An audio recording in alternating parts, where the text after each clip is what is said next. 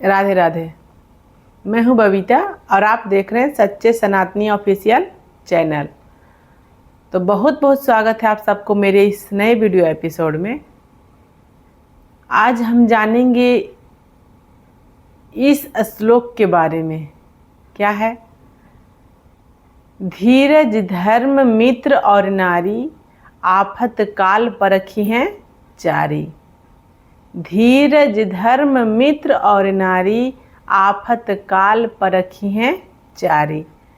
हम लोग जानेंगे इसका मतलब क्या हुआ। बहुत लोग तो जानते होंगे, जो लोग नहीं जानते होंगे ये वीडियो उनके लिए है।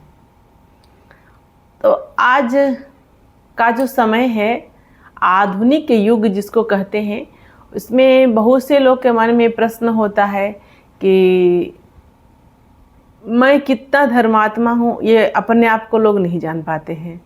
वो सोचते हैं कि मैं सबसे बड़ा धर्मात्मा हूँ, और कहते हैं ना कि मैं कैसे जानूँ कि मैं धर्मात्मा हूँ कितना, और मेरे अंदर धैर्य कितना है, यानी भगवान पे विश्वास कितना है।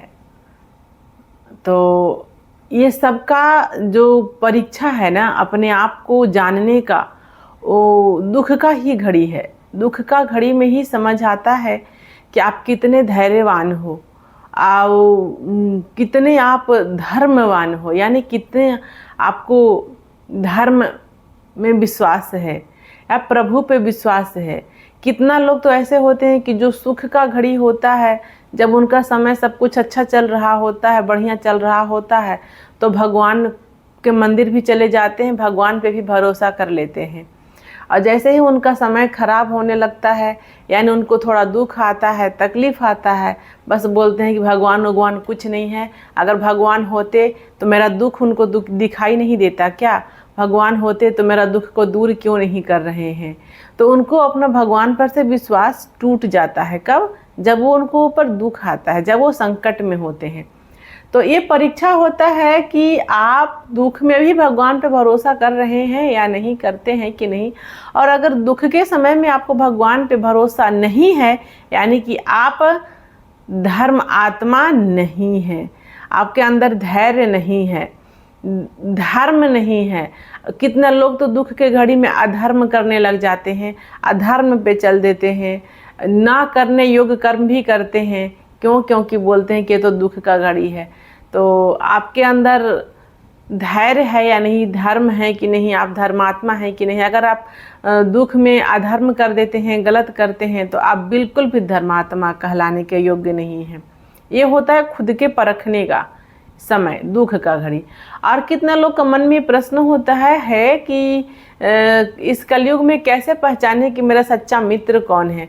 आज के डेट में मित्र तो सभी होते हैं, लेकिन समय आने के बाद में धोखा दे देते हैं। मित्र बहुत ज़्यादा हैं, लेकिन धोखा भी बहुत ज़्यादा मिलते हैं।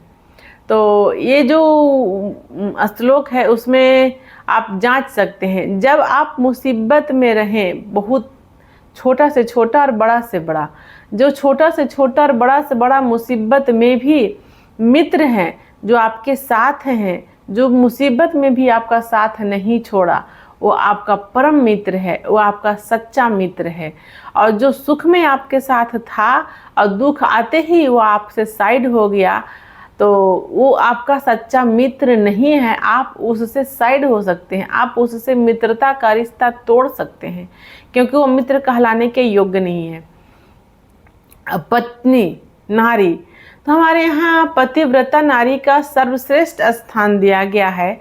और नारी वही है, पत्नी वही है जो अपना पति के सुख हो या दुख, हर स्थिति में अपना पति के साथ हो, साथ दे। और आजकल तो बहुत ज़्यादा ऐसी स्त्रियां हो गई हैं कि जैसे ही पति पे थोड़ा दुख आता है, यानी उनके पास गरीबी आती है, उनके पास पैसे नहीं होते हैं, किसी कारणवश उनकी नौकरी छूट जाती है, या वो बीमार पड़ जाते हैं, या कुछ भी बहुत अन्य अन्य प्रकार के उनकी परिस्थितियां हो जाती है, तो पत्नियां जो हैं सो उनका साथ छोड़ करके किसी और के साथ चली जाती हैं। तो ये बिल्कुल भी गलत है। और जो ऐसे करती हैं वो पत्नी कहलाने के योग्य नहीं है। यानी कि वो जो एक का पत्नी बन करके नहीं रह सकी, वो जो एक का पत्नी बन करके नहीं रह सकी, वो फिर किसी का पत्नी कहलाने का योग्य नहीं है। हमारे यहाँ एक पति के जो पत्नी होती है उसी को पत्नी का दर्जा दिया जाता है, कहा जाता है कि वो धर्म पत्नी है। और जो 2, 3, 4 शादियां कर लेते हैं और पत्नी कहलाने के योग्य तो नहीं होती हैं। धर्म पत्नी तो उनको कोई नहीं कह सकता है। वो सब अपने अपने मन, अपने अपने तरीक़ा से होती हैं, ठीक है, जिसका जो इच्छा है वो करे। लेकिन धर्म पत्नी वही है, पत्नी वही है जो कितनों भी बड़ा मुसीबत हो कभी भी अपना पति के साथ ना छोड़े। वही धर्म पत्नी है, वही धर्म पत्नी है। तो इस प्रकार ये चारों को परीक्षा करने का जो समय है वो आपका दुख का समय है। बहुत बहुत मुश्किल होता है सुख के घड़ी में, अपनों को पहचानने में बहुत मुश्किल होता है। नहीं पहचान पाते हैं कि कौन अपना है और कौन पराया है। कब? जब आपका समय ठीक ठाक चल रहा हो, समय सुख का हो, उस समय नहीं समझ आएगा। जैसे ही आपका दुख आएगा तुरंत समझ में आ जाएगा कि आपका अपना कौन है।